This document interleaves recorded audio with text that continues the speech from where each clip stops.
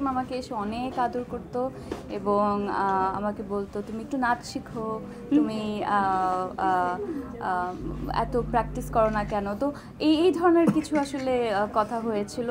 আর last একটা শোতে তার পাশে বসার সৌভাগ্য হয়েছিল আমার, তো তখন কিছু গল্প হয়েছিল।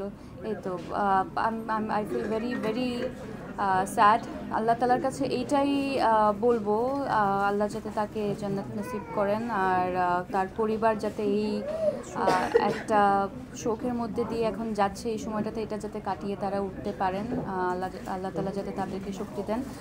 অনেক অনেক তার সাথে আমার দেখা করার বেশ কয়েকবারই সুযোগ হয়েছে, আর খুব হাসি খুশি থাকতেন, অনেক এনজয় করতেন, লাইফটাকে খুব অন্যভাবে অন্যরকম চোখে দেখতেন উনি। তো ডেফিনেটলি আমরা অনেক খুব কাছের আপন এবং খুবই হাস্য উজ্জ্বল একজন মানুষকে আমরা হারিয়েছি। কোনো স্মৃতি আছে তার সাথে কি? আমার যেটা আমি বলেছিলাম, কয়েকটা শোতে আসলে তার সাথে আমার দেখা হয়েছে। সবসময় আমাকে এসে অনেক আদর করতো এবং আমাকে বলতো তুমি একটু নাচ শিখো, তুমি এত প্র্যাকটিস করো না কেন। তো এই ধরনের কিছু আসলে কথা হয়েছিল। আর লাস্ট একটা শোতে তার পাশে বসার সৌভাগ্য হয়েছিল আমার, তো তখন কিছু গল্প হয়েছিল।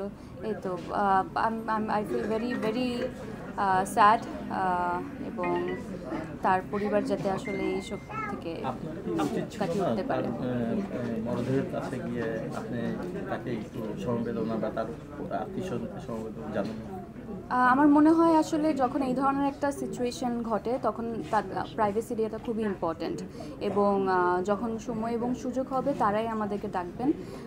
আমার মনে হয় এই মুহূর্তে তারা যেটার মধ্যে দিয়ে যাচ্ছেন এটাকে রেসপেক্ট করা খুবই জরুরি। আচ্ছা, আমার মনে হয় কি, আমরা তো আজকে একটা অনুষ্ঠানে এসেছি, আমরা অবশ্যই অঞ্জনা আপাকে মিস করব, সারা জীবন চলচ্চিত্র অঙ্গন মিস করবে।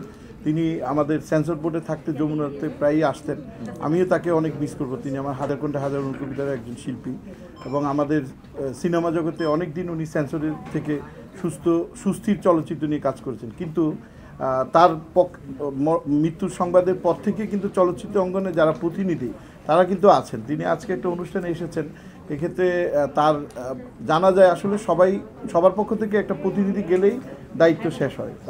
তিনি তো মিডিয়ার সামনে বলেছেন, আমি এই পর্বে বাংলাদেশের সবচেয়ে জনপ্রিয় মডেস্ট ফ্যাশন ব্লগার।